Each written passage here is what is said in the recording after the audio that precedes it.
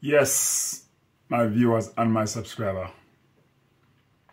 I want to take you back into my youthful days. But before I take you back into my youthful days, as I always said, if it is a first time coming across this channel, thank you for stopping by. And if you like the contents, please subscribe now. Leave a comment, share the video, tell a friend to go and check out Bunny 7 UK. Okay? So as I said, I want to take you back into my youthful days, because some things have happened to me in my youthful days where I want to share with you, my viewers. Now, for you who don't come from Jamaica or know Jamaica or understand what I'm talking about, I'm talking about a little boy that sleep in a bushes, underneath house bottom, in a cane field, in a mark grass root, and name it, wherever else I sleep as a little boy growing up. Now, I want to tell you the reason why I have done these things. These are not something that I did want to do as a little boy grew up, but circumstances happened that was a choice I make. Now, when you grow up as a boy or a little boy and your parents start to beat you for almost nothing, there's time where you go out, and when you go out, you meet your friend them and you do something with your friend, like you stop a road, play marble or play a gig or whatever it is, and you look at the time and you think, oh my God, I'm gonna get beaten. No, the type of beating that you're gonna get, you think it better to sleep out than go home. My viewers and my subscriber, let me tell you something. The type of beating that I get beaten with a thing called Sibberjack. I get beaten with whip. I get beaten with, name it, anything that can catch to use to hit. When beating time come, it is there. And there's time where I get beaten, thus my skin bleed, literally bleed, and my own dad will take salt water and wash the cut after I'm finished beating me. My viewers, this is the God Almighty truth I'm talking. So because of that, there's time when I go out and things happen where I playing games or doing things with my friend and realize that time gone past where I should have reached home already. I'm afraid to go home. So I just say, you know what, I'm not going home. So I just stay out there, kill more time, and when night come, anywhere I find some donkey pad under somebody house bottom, or in a mark grass root, or me thief somebody crocus bag from the kitchen, or somewhere I'm going to spread it in some cane field, or somewhere and sleep. When daylight, anywhere I can find something to eat, I find something to eat, probably go down to somebody's bush, thief them ripe banana, go around to one of my friends and then give me some breakfast for them food or whatever I can find to survive. I've done it.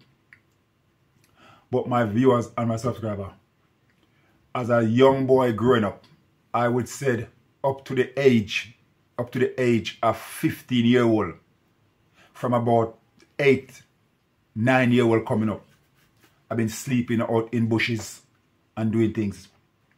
I remember one stage I was about 15-year-old, and in the district there was a shop in the district where weekend time they would play music in the shop and young boys and girls would hang out at the shop. And at the age of 15, I remember one evening I was down at the shop, and it could be about 8 o'clock the night. I was 15-year-old. My father walked into this place and he grabbed me in front of all my friends.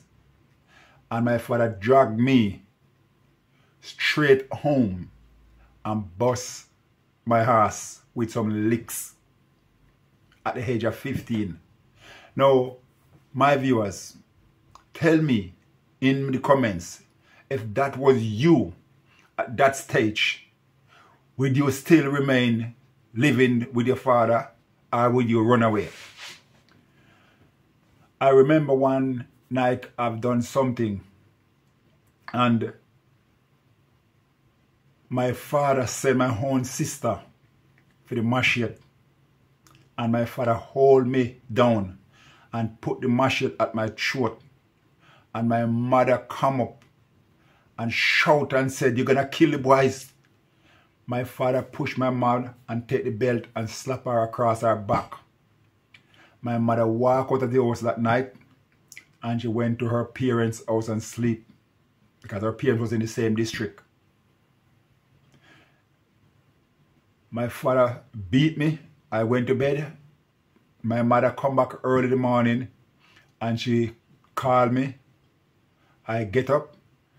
This is like, we're talking about like 4 o'clock in the morning. My mother come and called me out.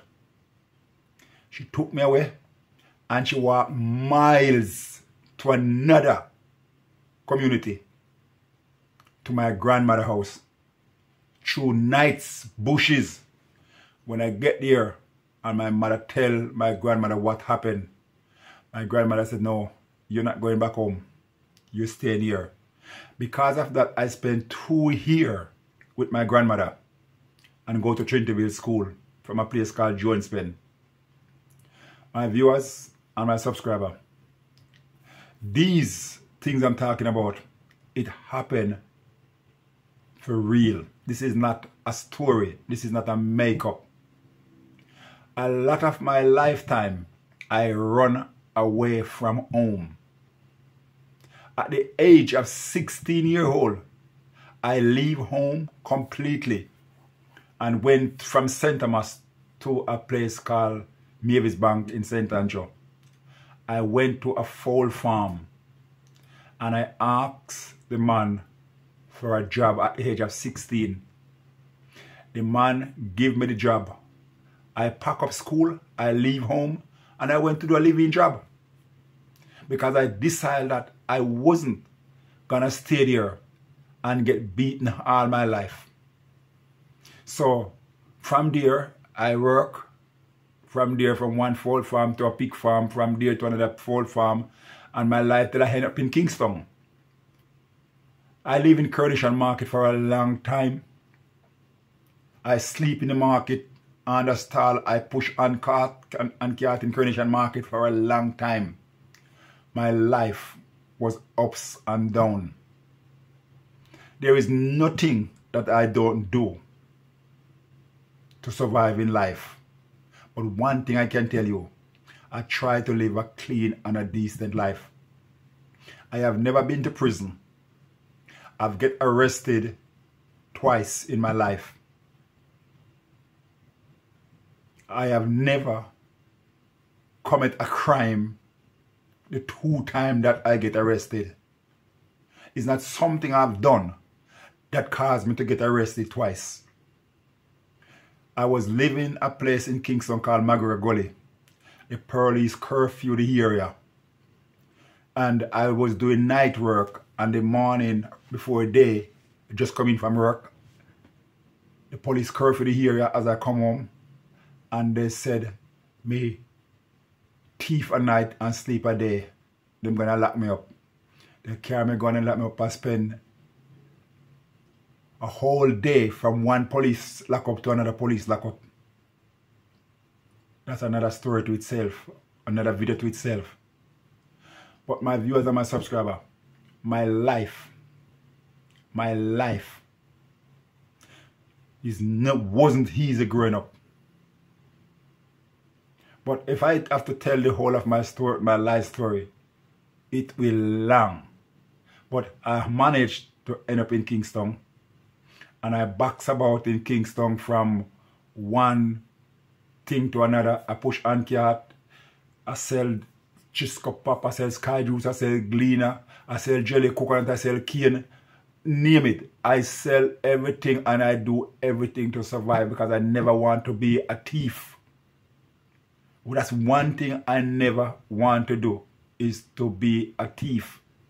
So I do all of these things until I start to work on the buses as a handyman. I work bus from Kingston to Port Anthony as handyman. Then I becomes conductor on the round town bus till eventually I get a license and my life move on from there, my viewers. But my life is not what you see now. But there is a man called Jesus. I was baptized at the age of 17 years old. 17. But when I leave and go to Kingston, I end up backslide. And I live a long part of my life out there as a backslider. But Jesus never leave me. I leave Jesus. He said, I will never leave you and I will never forsake you. Even to the end, I'm with you. So God keep me. He guide me. He deliver me. And He protect me. Here I am today, giving God thanks, giving God glory, giving God praise for His goodness and His mercy and His tender care towards me. And tonight I just feel like I should share this with you, my viewers. Because, you know, for you, my viewers, see me and they might just think, so, well then, I'm just it. But I just want to share where I am coming from in life to where I am now. My life is a book. My life is a book. I've wrote a small booklet, 32-page booklet. And I titled that book, God Revive Me from the Grave. God Revive Me from the Grave. I published 500 copies of that book. And if anyone out there ever read this book or ever come across this book anywhere, God Revive Me from the Grave. That is the title of my book. And I am working on another book at the moment, which is volume 2 of the same book. It will carry the same title. God Revive Me from the Grave, volume 2. This book at the moment, it is over, I think at the moment it is 300 pages, something like that. 300 page. No, sorry. It is 100 and something page, 150 something page at the moment.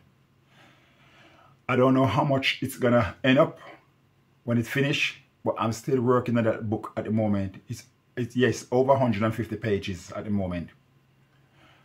Remember I said it's called God Revive Me from the Grave, volume 2. That it will be this one that coming out. The first one is God Revive Me from the Grave. And it's a small booklet. But this one will be a bigger book. So look out, my viewers. Look out, my subscriber. And remember, this is your boy Bunny sharing a small bit of my youthful life with you. So if you like my contents, you like my story, then give the video a thumbs up, like and share, comments and subscribe to the channel. Tell a friend to go and check out Bunny 7 UK. And I want to take this time to say God bless you, God keep you, God guide you, God protect you, and thank you for watching my video. Thank you for being a part of Bunny 7 UK. Thank you for subscribing to my channel, and thank you for support. God bless you. I am out, and I will catch you on the next video. God bless.